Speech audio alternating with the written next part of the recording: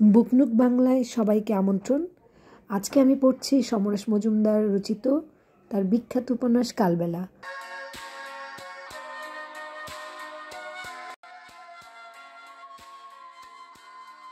সুভাষদা অবাক গলায় জিজ্ঞেস করলো, কার কাছে? আমার নিজের কাছেই। অনিমেষ হাসছিল। সুভাষদা জিজ্ঞেস করলো, সিগারেট আছে অনিমেষ? অনিমেষ ঘাড় নাড়ল না। তারপর চারপাশে চোখ ঘুরিয়ে সিগারেটের দোকান খুঁজতে লাগলো। এখন নিশুতি রাত। স্টেশনের দিকে গেলে অবশ্যই দু একটা দোকান খোলা পাওয়া যাবে, কিন্তু এ টল্লাতে কোথাও আলো জ্বলছে না। কাশীপুর ক্লাবের পাঁচিলের উপর ছেলে দুটো কাজ করছে।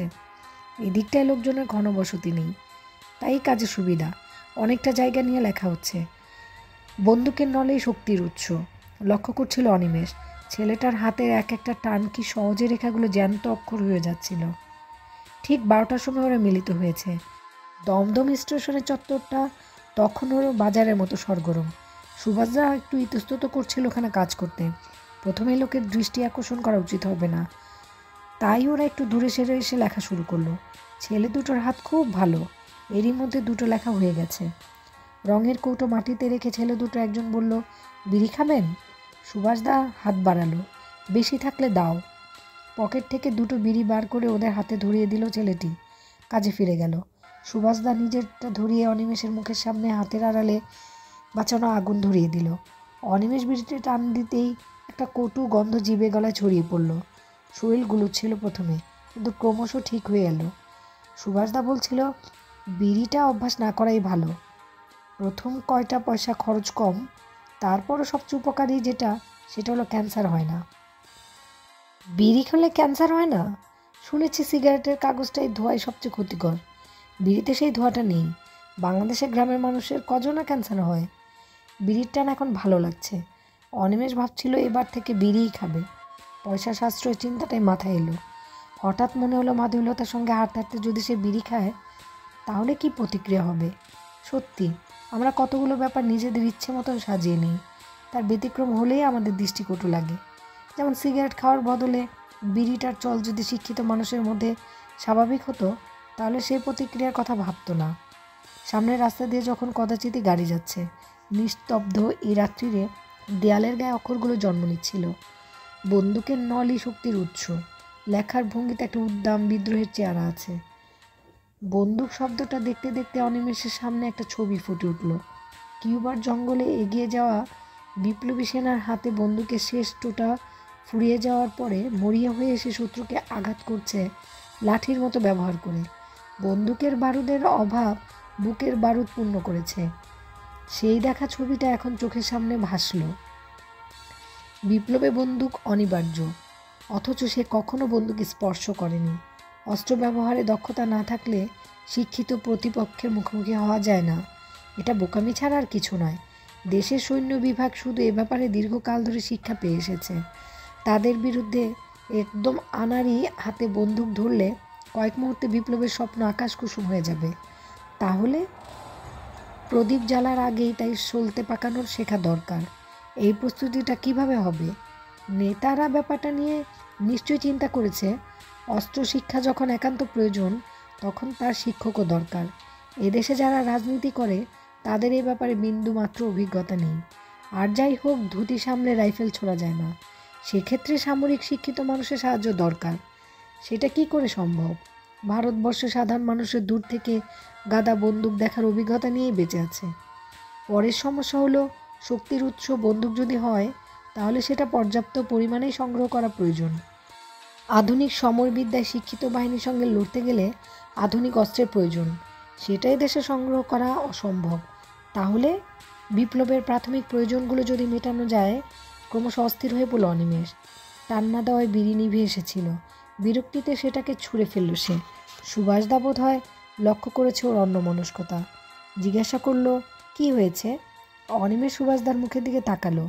অনিমের মুখটা কালো হয়ে গেছে। ঠোঁটে বিড়ির লাল আগুন জোনাকির মতো জ্বলছে। এই আগুনটার দিকে তাকিয়ে অনিমেষের মনে হলো সে নিশ্চয়ই খুব ভাবপ্রবণ। তা না হলে একসঙ্গে কাজে নেমে সুভাষদা যা চিন্তা করছে না, তাই সে চিন্তা করছে কেন? কোনো কাজ করতে গেলে তার মাথায় হাজারটা সম্ভাব্য ভাবনা চলে আসে। সুভাষদা তাকিয়ে আছে দেখে অনিমেষ বলল, ভাবছিলাম এত বন্দুক পাওয়া যাবে। কথাটা সহজ করার জন্য বলে ফেলে হাসল। সুভাষদা বুঝতে পারল না অর্থ। বুড়ো কুচকে জিজ্ঞেস করলো, মানে বিপ্লবের জন্য কত বন্দুক দরকার হিসেব করেছেন? এবার শব্দ করে হাসলো অনিমেষ। মনের ভেতর প্রশ্নটা এতক্ষণ পাক খাচ্ছিল, সেটাকে সহজ ভঙ্গিতে বের করে দিতে পেরে স্বস্তি লাগছিল। সুভাষদার মুখের রেখাগুলো সহজ হয়ে এলো। যদি প্রয়োজন হয় তাহলে ভারতবর্ষের প্রত্যেকটি মানুষ একটি করে বন্দুক রূপান্তরিত হবে। আমি আপনার সঙ্গে একমত, কিন্তু সরকারের সঙ্গে লড়তে গেলে অস্ত্র দরকার। ও নিয়ে চিন্তা করো না, প্রয়োজন তীব্র হলে কোনো একটা ব্যবস্থা হয়েই যাবে। ওদিকে ততক্ষণে লেখাটা শেষ হয়ে গেছে। ছেলে দুটো জিনিসপত্র গুটিয়ে একটু সরে এসে নিজেদের শিল্পকর্ম দেখলো। সত্যি খুব সুন্দর হয়েছে লেখা। অনিমেষ মনে মনে তারিফ করলো। বেশ তেজ আছে অক্ষরগুলোর মধ্যে। ওরা পরবর্তী জায়গার জন্য এগিয়ে গেল। শেটলেনের মুখে একটা ভালো জায়গায় বেছে নিয়ে ওরা কাজে লেগে গেল। কোথাও সামান্য শব্দ নেই। পার্লামেন্টের শুয়োরের খোয়ার লেখার আয়োজন চলল। পাশের একটা রকে অনিমেষ বসেছিল। সুভাষদা রাস্তার উল্টো দিকে জল বিয়োগ করে দাঁড়াতে এই গলি থেকে 5-6 জন লোক দৌড়ে এসে ওদের সামনে এসে থমকে দাঁড়ালো। লোকগুলো অনিমেষদের বোধহয় এখনও আশা করেনি। একটু থতমত হয়ে নিজেদের মধ্যে আলোচনা করে ওরা 2-3টো দলে ভাগ হয়ে এপাশ ওপাশ চলে যাওয়া মাত্রই দূরে কোথাও আওয়াজ হলো। চিৎকার করছে কেউ এবং ক্রমশ শব্দটা বাড়তে লাগলো। অনিমেষ চাপা গলায় জিজ্ঞেস করলো, ওগুলো কারা হতে পারে বলুন তো? বুঝতে পারছি না। ওয়াগন ব্রেকার কিংবা ডাকাত হতে পারে। কি করবেন? শব্দটা এগিয়ে আসছিল, যেন অনেক লোক কাউকে তাড়া করে আসছে। ছেলে দুটোর একজন বলল, আমাদের এখানে থাকা উচিত হবে না। সুভাষদা মাথা নাড়ল। হ্যাঁ, জলদি পা চালাও। আঁকার জিনিসপত্র হাতে নিয়ে ওরা চিড়িয়া মোড়ের দিকে জোরে হাঁটতে লাগলো। ওরা যখন রেডিও গলির মুখে পৌঁছেছে, ঠিক তখনই সামনের রাস্তায় দুটো হেডলাইট ছুটে আসতে দেখলো। অনিমেষ চাপা কণ্ঠস্বর শুনতে পেল, লুকিয়ে পড়ো চটপট। সে কিছু বুঝে ওঠার আগেই জিপটা পাশে এসে দাঁড়ালো শব্দ করে। 2-3 জন লোক লাফ দিয়ে নেমে চেঁচিয়ে বলল, হ্যান্ডস আপ। অনিমেষ সেই মুহূর্তে আর চোখে দেখতে পেল তার পাশে শুধু আঁকিয়ে ছেলে দুটোর একজন ভীত মুখে দাঁড়িয়ে আছে। সুভাষদা কথা বলেই কি করে যেন হাওয়ায় মিলিয়ে গেল কে জানে। লোকগুলোর নির্দেশ মান্য করার সময় ওদের হাতে চকচকে অস্ত্র নজরে পড়েছিল। একজন মোটামতো লোক জিপে বসে জিজ্ঞেস করলো, এত রাতে এখানে কি করছেন? দুটো হাত মাথার উপরে অনিমেষ বলল, প্রয়োজন ছাড়া কেউ বের হয়? লোকটা অত্যন্ত বিরক্ত হলো। তা প্রশ্ন করেছে, উত্তর দেন। কাজ ছিল। কি কাজ? লেখালেখি। লেখালেখি? রাত্রির বেলায় রাস্তায় ঘুরে পদ্য লিখছেন? Shut up. আমাকে পদ্য বোঝানো হচ্ছে? নাম কি? অনিমেষ মিত্র। ততক্ষণে 2জন পুলিশ সর্বাঙ্গে হাতিয়ে দেখছে ও সঙ্গী ছেলেটিও বাদ পড়েনি, কিন্তু তার হাত থেকে ওই রংমাখা তুলি উদ্ধার করে বীর দর্পে অফিসার এগিয়ে গেল। নাম শুনে অফিসারটি ঘাড় ঘুরিয়ে পাশের লোকটিকে কিছু জিজ্ঞেস করে মাথা নাড়ল। তারপর তুলি দুটো দেখতে পেয়ে বলল, কোন পার্টি? পার্টি ফাটি নয়। পার্টি নয় তাহলে তুলি দিয়ে কি লেখা হচ্ছিল? লেখা হয়নি, লিখবো ভাবছিলাম। ভাবছিলেন? সেটা কি? কলকাতাকে আরও সুন্দর করে তুলুন। কলকাতা তিলোত্তমা হবেই। কলকাতার অন্য নাম ভালোবাসা। এই সব। কথাটা শেষ হওয়া মাত্রই হু হু করে হাসতে লাগলো অফিসার। পুলিশগুলো দাঁত বের করলো, হাসছে। হাসি শেষ করে অফিসার বলল, হয় মাথা খারাপ, নইলে কবি টবি। নামটাও যেন কাগজে দেখছি মনে হয়। অনিমেষ জিজ্ঞেস করলো, আমি হাত নামাতে পারি এবার? নামান। থাকা হয় কোথায়? এতক্ষণ একটা জেদের ঘোরে কথা বলছিল অনিমেষ। অফিসার ঠিকানা জিজ্ঞেস করতে এসে থিতিয়ে গেল। ঠিকানা জানার পর এরা যদি তাকে নিয়ে যেতে চায় তাহলে ভুল ঠিকানা বলা চলবে না। ঠিক সেই সময় শেটলেন থেকে 3-4টা লোক খুব উত্তেজিত হয়ে বেরিয়ে পড়ল। তারা দমদম রোডের দিকে আসছিল। অফিসার সেদিকে তাকিয়ে বলল, এরা আবার কারা? পুলিশের জিপ দেখে লোকগুলো উৎসাহ যেন আরও বেড়ে গেল। পুলিশ পুলিশ বলে চিৎকার করতে লাগলো। ওরা ছুটে আসছে কনস্টেবল। 3 জন এগিয়ে গেল অনিমেষদের পাশ থেকে। লোকগুলো একই সঙ্গে হাও-মাও করে কথা বলছে। অফিসার থমকে ওরা একটু শান্ত হচ্ছিল না। অনিমেষ বুঝলো একটু আগে মারাত্মক কিছু হয়ে যাচ্ছে শেটলেনের ভেতর। কয়েকটা লোক একটা বাড়ির দরজা ভেঙে ডাকাতি করেছে। বাধা দিতে গিয়ে বাড়ির একটি ছেলে খুন হয়েছে। ওরা যখন এসব কথা পুলিশের কাছে জানাচ্ছে, তখন অনিমেষের পাশে দাঁড়িয়ে আঁকিয়ে ছেলেটি ফিসফিস করে বলল, চলুন পালাই। অনিমেষ সঙ্গে সঙ্গে সতর্ক হয়ে ওদের দিকে নজর বলালো। অফিসারের সামনে নালিশ জানাতে আসা লোকগুলো দেয়ালের মতো আড়াল করে দাঁড়িয়ে আছে।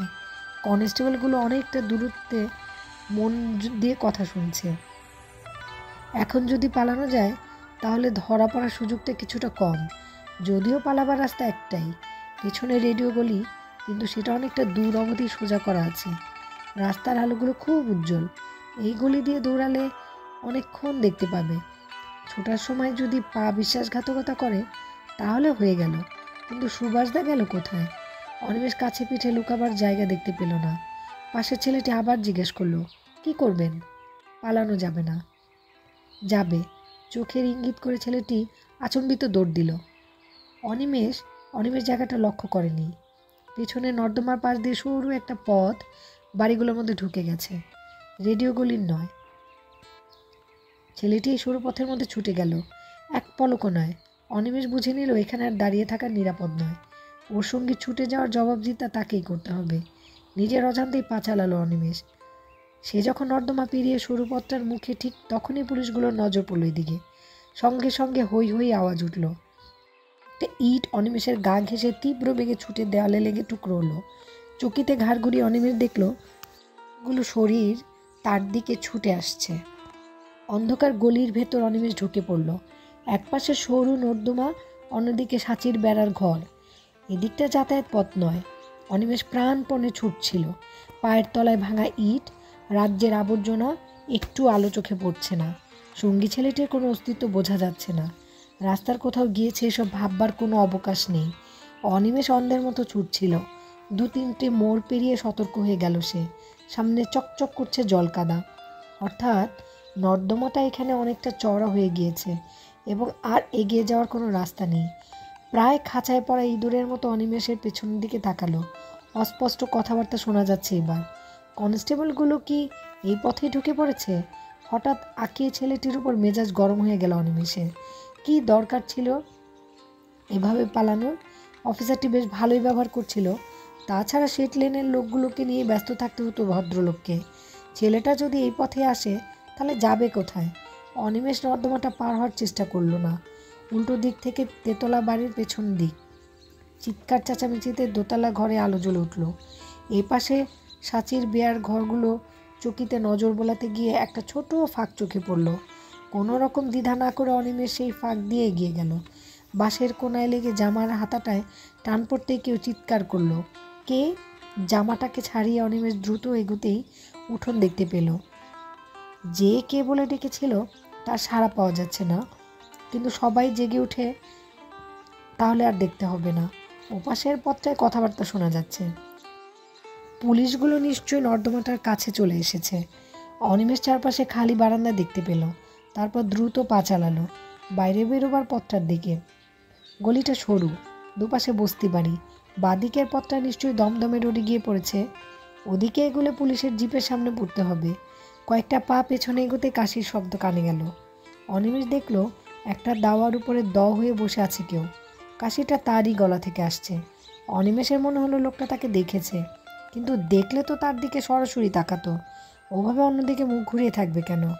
অনিমেষ কি করবে বুঝতে না পেরে আরেক পা এগোতে লোকটা বলল, খোকা এলি? সঙ্গে সঙ্গে শক্ত হয়ে গেল অনিমেষ। লোকটি কারোর জন্য অপেক্ষা করছে এত রাতে, কিন্তু তাকে এত কাছে দেখেও ভুল করছে কেন? গলার স্বরে বোঝা যায় বেশ বয়স। ও খোকা, এলি নাকি? নিজের অজান্তে অনিমেষ বলল, হুঁ। রাত কত হলো? এত দেরি করতে হয় বাপ? আমি যে ঘুমোতে পারি না। বৃদ্ধ খক খক করে কাশতে লাগলো এবার। ঠিক এই সময় ওপাশের বস্তিতে কথাবার্তা শোনা গেল। পুলিশগুলো ওখানে ঢুকলো কি না কে জানে। ও খোকা, যা ঘরে যা। ওপাশে আবার হইচই হয় কেন রে? বুড়োর গলায় উদ্বেগ ফুটে উঠল। জায়গাটায় দাঁড়ানো আর নিরাপদ নয়। অনিমেষ ইতস্তত করছিল। এতক্ষণে সে বুঝে গেছে বৃদ্ধ চোখে দেখতে পায় না। এত রাত্রেও ছেলের পথ চেয়ে জেগে বসে আছে। কোনো কিছু চিন্তা না করে সে দাওয়ায় উঠে এলো। দরজাটা ভেজানো। বারান্দায় দাঁড়িয়ে থাকতে আর সাহস হচ্ছিল না, অথচ ভেতরে যেতেও কুণ্ঠা হচ্ছিল, কারণ ঘরের ভেতর কে আছে কে জানে। তাকে দেখে নির্ঘাত চিৎকার করে উঠবে। এবারে সমস্ত লোকই তার অন্ধ হতে পারে না। অতএব ভেতরে পা দেওয়া মানে স্বেচ্ছায় ধরা দেওয়া। কিন্তু পুলিশগুলো কি ওদেরই সেট লেনের হত্যাকারী বলে ঠাউরিয়েছে? সঙ্গে সঙ্গে অনিমেষ ঠান্ডা হয়ে গেল। অনিমেষ নিঃশব্দে বুড়োর দিকে এগিয়ে গেল। বুড়োকে সব কথা খুলে বললে কেমন হয়? বিনা কারণে পুলিশ রসে পড়েছে জানলে বুড়োর দয়া হয়, কিন্তু মুখ খোলার আগেই দরজায় শব্দ হলো। অনিমেষ চকিতে ঘাড় ঘুরিয়ে দেখলো দরজায় একটি রোগা শরীর দাঁড়িয়ে আছে। এত রোগা যে মুখ হা হয়ে গেল। অনিমেষ সঙ্গে সঙ্গে দুটো হাত জড়ো করতেই শব্দটা বের হলো না। আমাকে বাঁচান, ফিসফিস করে উচ্চারণ করলো অনিমেষ দরজার কাছে এগিয়ে গিয়ে। রক্তহীন শরীর, কোঠরে ঢোকা চোখ, বয়স বোঝা মুশকিল। বৃদ্ধা ওকে খুঁটিয়ে দেখছিল এবার। গলার স্বরে যতটুকু আওয়াজ হয়েছে তাতেই বোধহয় বুড়োর খটকা লেগেছে। সঙ্গে সঙ্গে রেকর্ড বাজলো।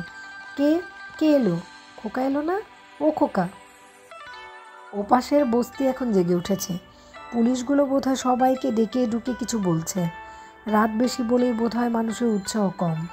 পুলিশ বস্তি থেকে বেরিয়ে শুরু গলিটার চোট ফেলে আর একটু এগুলেই বারান্দাটা ওদের নজর এসে যাবে। আমাকে বাঁচান, আমি নির্দোষ। অনিমেষ আবার প্রার্থনা করলো। কে কথা বলে? খোকা। তীক্ষ্ণ একটা কণ্ঠস্বর বাজলো ওই শরীর থেকে। ও খোকা, শুয়ে পড় বাবা, রাত ফুরিয়ে এলো। টর্চের আলো এগিয়ে আসছে।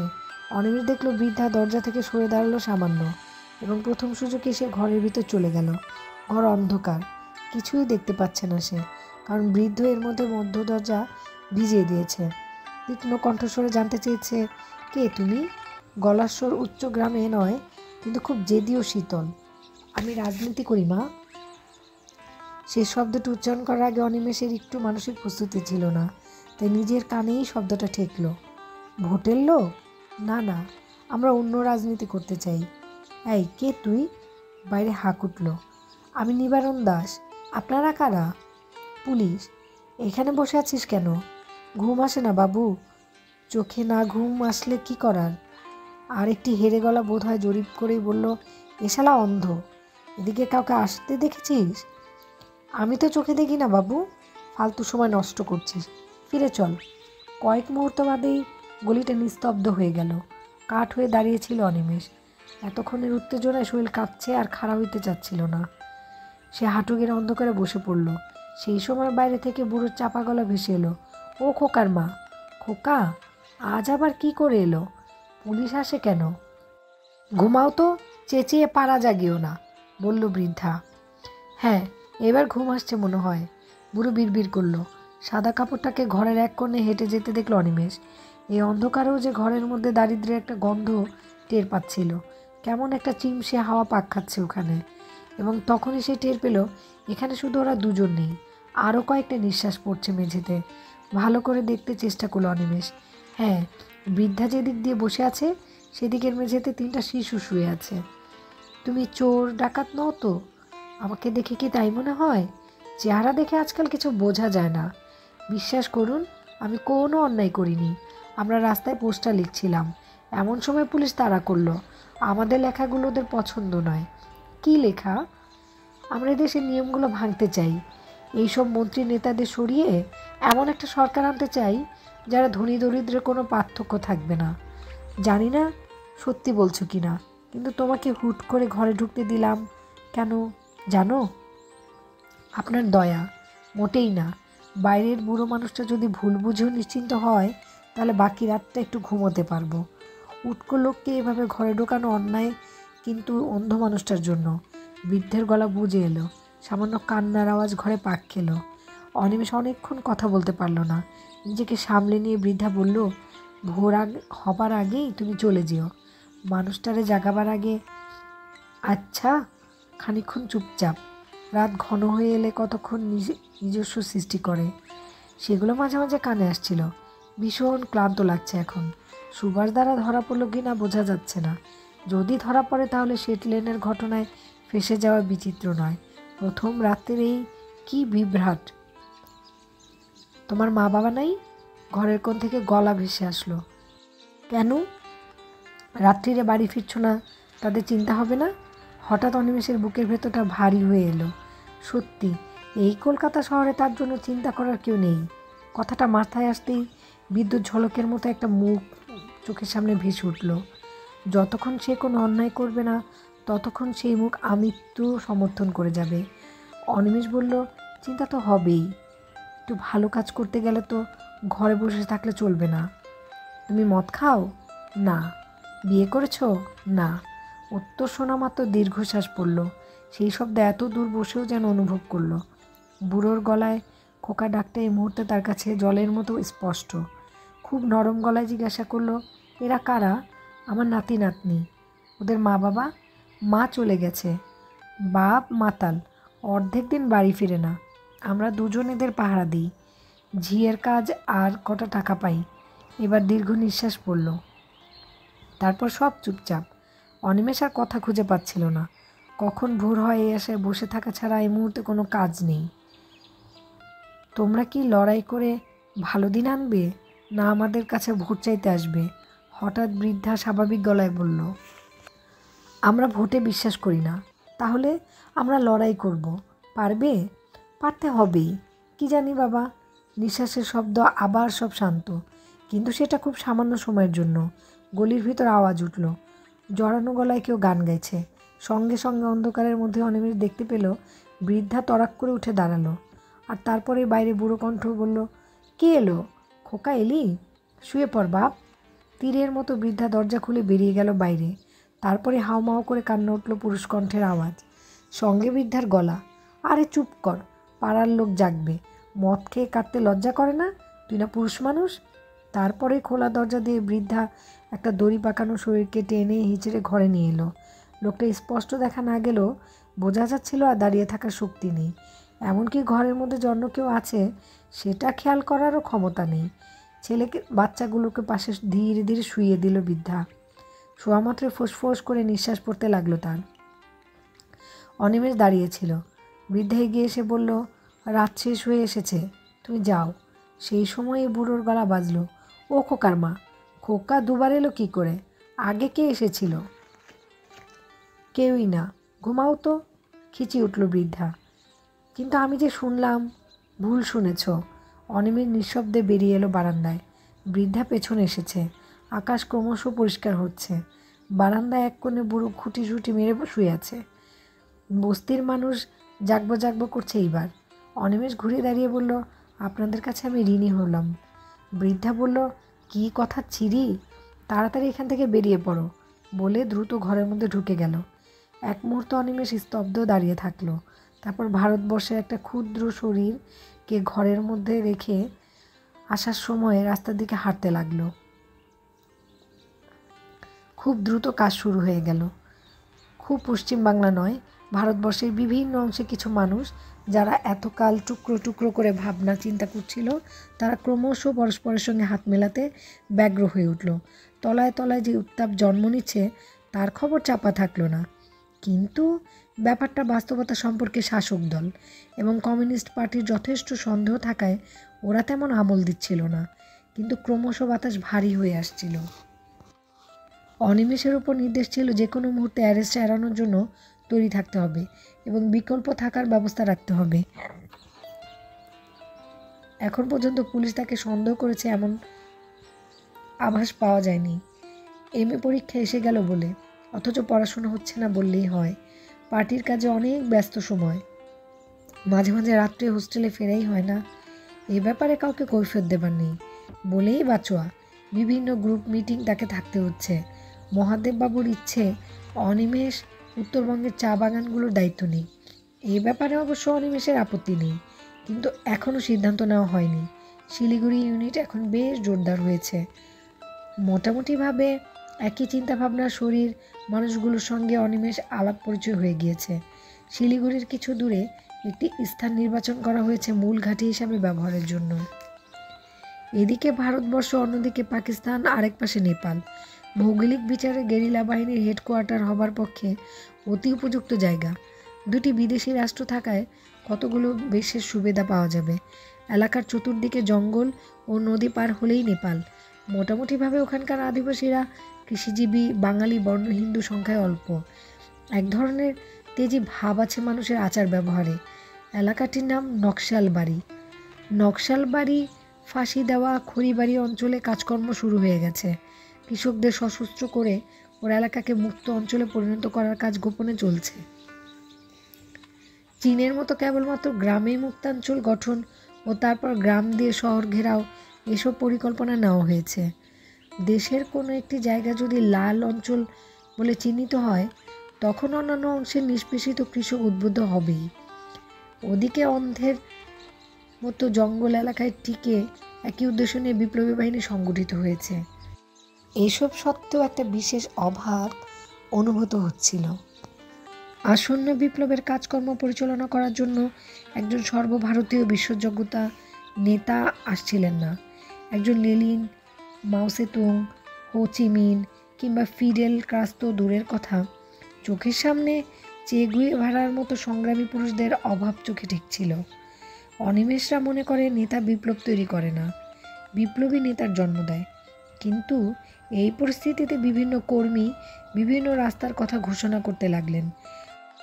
মার্ক্সবাদের বিভিন্ন উপদল গড়া হলো। অবশ্যই কথা ঠিক, কোনো দল হিসাবে সংগঠন পূর্ণতা পায়নি, তবুও শাখাগুলো চোখে পড়তে লাগলো।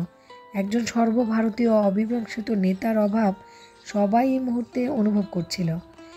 কিভাবে বিপ্লব শুরু হবে, বিপ্লব চলাকালীন দলের ক্রিয়াকলাপ কী স্তরে থাকবে। যেহেতু নকশালবাড়ি আন্দোলন কৃষিভিত্তিক আন্দোলন, তাই শ্রমিকদের সঙ্গে এর সংযোগ কীভাবে সাধিত হবে, এ ধরনের তত্ত্বগত প্রশ্ন অনেকের মনেই জাগছিল। কিন্তু অনিমেষরা এই নিয়ে বেশি ভাবছিল না। শ্রেণীশত্রু যে বাধা হয়ে দাঁড়ায় তা সরিয়ে ফেলতে হবে বিনা দুর্বলতায়। কোনো রকম আপোষ করা চলবে না। বিদেশে নির্বাচিত গেরিলাদের পাঠিয়ে সমরশিক্ষায় শিক্ষিত করে নিতে হবে। একটা যুদ্ধ জয় করতে হলে বিরাট বাহিনী নিরর্থক হয়ে দাঁড়িয়ে উপযুক্ত রণকৌশল না করে। ইতিহাসে এর প্রমাণ ভুরি ভুরি। সঠিক রণনীতি থাকা সত্ত্বেও রণকৌশলের অক্ষমতার কারণে বিপ্লব মাথা থুবড়ে পড়েছিল। 1917 সালের রাশিয়া, মাও সেতুং চীনের স্বাধীনতা সংগ্রামের সাফল্য মূল কারণ সঠিক রণকৌশল পরিকল্পনা। এই রণকৌশল সবসময় তাত্ত্বিক পথে চলবে তা মনে করার কোনো কারণ নেই। বাস্তবের মুখোমুখি হয়ে বিপ্লবের প্রয়োজনেই তার রূপ নির্ধারিত হয়। 1917 সালের নভেম্বরে লেনিনের অভ্যুত্থানের আহ্বান কিংবা মাও সেতুং 1917 থেকে 18 সালে দলের তাত্ত্বিক বিশ্লেষণ পরিপন্থী দৃষ্টিভঙ্গি নিয়ে মার্ক্সবাদী প্রথাগত রণকৌশলের পরিবর্তে গ্রামে গ্রামে মুক্তাঞ্চল গঠন করার যে ডাক দিয়েছিল তা এই সত্যতাই প্রমাণ করে। অনিমেষ এই রণকৌশল ব্যাপারে তত্ত্বের সঙ্গে কোনো রকম আপোষ করবে না বলে ঠিক করল। যদি তা বিপ্লবকে থিতিয়ে দেয়, ফলে পাশাপাশি কাজ করতে গিয়ে অন্য মতবাদের সঙ্গেও চাপা রেশারেশি সে অনুভব করলো। কিন্তু যাই হোক না কেন, একটা বিশ্বাস প্রত্যেকের মধ্যে ছিল, কথা যখন চাকা গড়াবে তখন সমস্ত হাত এক হয়ে তাকে মদত দেবে। মতবাদ যাই হোক না কেন, একথা তো ঠিক, মূল লক্ষ্য হলো ভারতবর্ষের সর্বাত্মক বিপ্লব, যা রাজনৈতিক, সামাজিক ও অর্থনৈতিক কাঠামো পাল্টে দেবে। কলকাতা শহরে আশেপাশে ছোট ছোট দল তৈরি হয়ে গেল। একদিকে দমদম, সিথি, বরাহনগর, বেলঘড়িয়া আর অন্যদিকে বেলঘাটা, যাদবপুর, টালিগঞ্জ এলাকায় কাজকর্ম জোরদার হতে লাগলো। সমস্ত পশ্চিমবঙ্গ এখন অস্থির। সরকারের চাপানো লোভীর চাপে বড় বড় যোদ্ধারা কংগ্রেস সম্পর্কে বিমুখ হচ্ছে। একজন বর্ষিয়ান কংগ্রেসের নেতাকে দল থেকে বিতাড়িত করায় তিনি ক্ষুব্ধ হয়ে ওই নামে পাল্টা দল গঠন করেছে বিক্ষুব্ধ কংগ্রেসী নিয়ে। সারা দেশে যোদ্ধারা তাকে সমর্থন করছে। সাধারণ জনসাধারণ জিনিসপত্রের আকাশ ছোঁয়া দাম, আইন শৃঙ্খলার অভাব, বিপর্যস্ত। অনিমেষরা বুঝতে পারছিল এই সময়ে কাজ শুরু করা উচিত। এখন এগিয়ে গেলে সাধারণ মানুষকে সহজেই সঙ্গে পাওয়া যাবে। বেলঘড়িয়াতে আজ গ্রুপ মিটিং ছিল। অত্যন্ত সতর্কতার সাথে সভাগুলো করতে হয়। এতদিন পুলিশের ভয় ছিল, এখন অন্যান্য রাজনৈতিক দলগুলো ভয়ের কারণ। একটা গোপন ষড়যন্ত্র চলছে, এ খবর তারাও টের পেয়েছে। হয়তো এখনও বিশ্বাসযোগ্য নয়, কিন্তু স্বস্তি হচ্ছে না। আজকের মিটিংয়ে অনিমেষরা স্থির করলো এলাকা দখল করতে হবে। একটা রাস্তা থেকে একটা পাড়া, সবশেষে সমগ্র এলাকা দখলে নিয়ে আসতে হবে। পুলিশের সঙ্গে সরাসরি সংঘর্ষে যাওয়া হবে না, তবে পুলিশের অত্যাচার শুরু হলে গেরিলা কায়দায় ওদের প্রতিরোধ করতে হবে।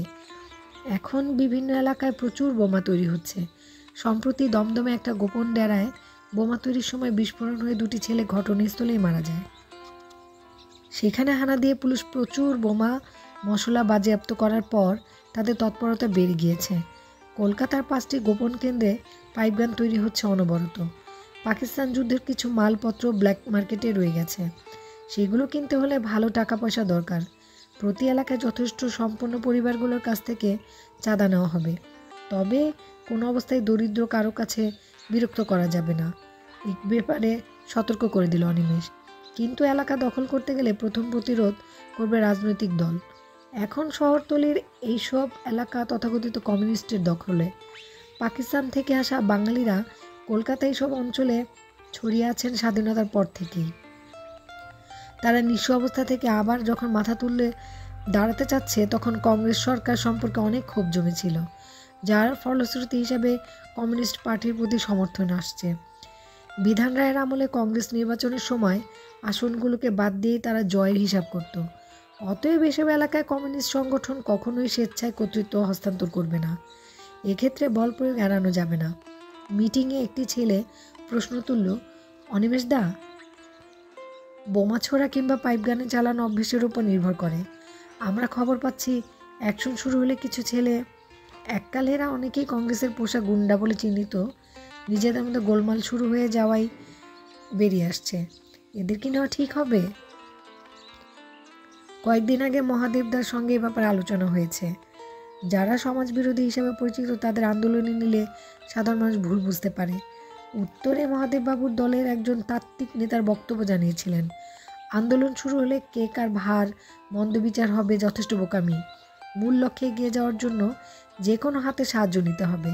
যারা সমাজবিরোধী বলে পরিচিত তাদের মধ্যে এক ধরনের বনশক্তি কাজ করে, যেটাকে ঠিকঠাক ব্যবহার করলে কল্পনাতীত ফল পাওয়া যায়। কোনো একটা মহৎ কাজে অংশ নিচ্ছি, এ ব্যাপারে একবার ওদের মনে সঞ্চারিত হলে ওরা আমাদের গর্ব হয়ে দাঁড়াবে। কথাটা অনিমেষের মিটিংয়ে বুঝিয়ে বলল। যদিও এই ব্যাপারে তার নিজের কিছু দ্বিধা আছে, তবুও এখানে সে কোনো দ্বিধা প্রকাশ করলো না। ছেলেটি এবার জিজ্ঞেস করলো, কিন্তু কোনো রকম রাজনীতি সচেতনতা ছাড়া যদি ব্যক্তিগত আক্রোশ কিংবা মুনাফা লুটবার জন্য ব্যগ্র হই, ছেলেগুলো যদি বিশ্বাসঘাতকতা করে, তাহলে আমাদের পক্ষে বিরাট ক্ষতি হয়ে দাঁড়াবে না? অনিমেষ হাসল। সারা ভারতবর্ষের মানুষ যদি আজ বিপ্লবে অংশ নেয়, তাহলে কি আমরা তাদের পরীক্ষা করব যারা রাজনীতি সচেতন কিনা? মার্ক্সবাদ না বুঝলে বিপ্লবে অংশ নেওয়ার কোনো অধিকার নেই, এরকম শর্ত রাখা কি? আর বিশ্বাসঘাতকতার কথা উঠলে তারা সম্ভাবনা তো সব ক্ষেত্রেই হতে পারে। অন্তত শিক্ষিত মার্ক্সবাদের দীক্ষিত নেতারা কি ঠিক সময় বিশ্বাসঘাতকতা করেনি? সেই ঝুঁকি তো আমাদের নিতেই হবে। আমরা অভিজ্ঞতায় বলতে পারি, অশিক্ষিত মানুষ এবং আপাত চোখে যারা সমাজবিরোধী, তাদের থেকে মুখোশ পরা শিক্ষিত মানুষের চরিত্র অনেক বেশি তরল। শেষ প্রশ্ন হলো, প্রতিরোধ যদি মার্ক্সবাদী দলগুলো থেকে আসে, তবে তাদের মোকাবেলা করতে হলে বল প্রয়োগ করতেই হবে। আর এই ঘটনা কি বিপ্লবের ক্ষতি করতে পারবে না? উত্তর দিতে হলে অনিমেষ একটু ভাবল না, নিজের বুড়ো আঙুলটার উপরে তুলে ধরল। যদি কোনো বিষাক্ত ঘায়ে পচন ধরে, তাহলে তাকে কেটে ফেলতে দ্বিধা করব না। নিজের আঙুল বলে মায়া দেখালে কয়েকদিন পর সমস্ত শরীরটাই পচে যাবে। প্রতিক্রিয়াশীলদের চাইতে সংশোধনবাদীরা আমাদের কাছে বেশি ক্ষতিকর। এলাকা দখল করতে হলে কি কি করতে হবে তা বিশদ পরিকল্পনা বুঝিয়ে দেওয়া হলো। কোনো মতে হঠকারিত চলবে না, এবং দলের সংকেত না পেলে কেউ এমন কোনো কাজ করবে না যা অন্যের জন্য সন্দেহ হয়। মিটিং শেষ করে বাইরে বেরিয়ে অনিমেষের মাধবীলতার কথা মনে পড়ল। এই জায়গা থেকে ওর বাবার বাড়ি তেমন কিছু দূরে নয়, অথচ সেই বাড়ি থেকে চলে যাওয়ার পর থেকে মেয়েটা তার একবারও ফিরেনি। মাধবীলতা অনিমেষের সঙ্গে কথা বলার সময় ভুলেও এসব প্রসঙ্গ তোলে না। এ ব্যাপারে অত্যন্ত শীতল হয়ে গেছে সে। এখন প্রতিদিনই দেখা করার সুযোগ বা সময় হয় না। মাধবীলতার দৈনিক রুটিন অনিমেষের জন্য। সময় পেলেই সে সেখানে হাজির হয়। অনিমেষ লক্ষ্য করেছে, তাকে দেখা মাত্র মাধবীলতার মুখ কেমন উজ্জ্বল হয়ে ওঠে। এই মুক্তির জন্য পৃথিবীর অনেক কাজ করে যাওয়া যায়। অনিমেষের নতুন চিন্তাধারা মাধবীলতা জানে। যে মেয়ে এককালে বলতো আমার বড় ভয় করে, সে এখন খুব বদলে গেছে। চুপচাপ ওদের কাজকর্ম শোনে। বেলঘরিয়া থেকে বেরিয়ে মানিকতলায় আসার কথা ছিল। মহাদেবদা রামানন্দ চ্যাটার্জি স্ট্রিটের একটা বাড়িতে থাকবেন, খুব জরুরি দরকার। তাদের সঙ্গে মিটিং করছিল। এতক্ষণ তাদের একটি ছেলে ওই সাইকেলে করে বিটি রোডে পৌঁছে দিয়ে গেল গলিপথে। চারধারে এখন নির্বাচনের হাওয়া লেগে গেছে। সাধারণ মানুষের ধারণা করতে পারছে না, তবু নেহরু পরিবারের উপর সারা দেশে একটা অন্ধ ভরসা বোধ আছে। সেই সুবাদে জয় সম্পর্কে ওরা নিশ্চিত। সাইকেলে আস্তে আস্তে অনিমেষ নির্বাচনের পোস্টার দেখছিল। মার্ক্সবাদী কমিউনিস্ট প্রার্থী তার প্রচারের সমর্থনে না। যেসব কথা জীবনে কখনো প্রয়োগ করব না তাই দেয়ালে পোস্টারে লিখে সাধারণ মানুষকে বিভ্রান্ত করব নির্বাচিত হবার বাসনায়। এইসব লেখার পাশে নতুন লেখা এখন কারো চোখে পড়ে না। অনিমেষ দেখল নির্বাচনী পোস্টারের পাশেই প্রায় জল করে পার্লামেন্ট শুয়োরের খোয়ার, নির্বাচন বয়কট করুন। সাধারণ মানুষ এখন মুখ না খুললেও বাতাসে একটা চাপা উত্তেজনা ক্রমশ জমছে, এটা টের পাওয়া যায়। মানিকতলার মোড়ে নেমে রামানন্দ চ্যাটার্জি স্ট্রিটে হেঁটে এলো অনিমেষ। ওটা ওর পুরন পাড়া। কলকাতায় এসে এখানকার হোস্টেলে উঠেছিল স্কটিশে পড়ার সময়। অনেকগুলো বছর কেটেছে এখানে। এই পাড়াটা সেই একই রকম রয়ে গেছে, শুধু হোস্টেলের ছেলেরা আর নেই। লাহাবাড়ি ছাড়িয়ে বাদিকে দোতলা বাড়িতে দরজায় টোকা দিল। রাস্তাটা এখন খালি, তবে সন্ধ্যা হয়েছে, কিন্তু কোনো কারণে পথে আলো জ্বলেনি। দেখলো দরজার ডান দিকে কলিং বেলের বোতাম আছে, কিন্তু সেটা ব্যবহার করতে নিষেধ করা হয়েছে। বর্ণনা অনুযায়ী যে ঠিক বাড়িতে এসেছে সেটা তাতে ভুল নেই। কয়েক মুহূর্ত অপেক্ষা করেই আবার শব্দ করতে ব্যালকনি থেকে একজন ঝাঁঝিয়ে উঠল, কাকে চাই? অনিমেষ, আমি অনিমেষ। উপরে তাকিয়ে পরিচয় দিতেই ভদ্রলোক মিলিয়ে গেল। তার কয়েক মুহূর্ত বাদেই মানুষটি দরজা খুলে ওকে ভেতরে আসতে ইঙ্গিত করলো। একতলার পেছন দিকে মহাদেবদা বসে আছে, সুভাষদাও আছে। সেই পোস্টার মারার রাতের ঘটনার পর সুভাষদার সঙ্গে আর দেখা হয়নি। অনিমেষ সে প্রসঙ্গ তুলবে ভাবতে মহাদেবদা চাপা গলায় জিজ্ঞেস করলো, একা এলে?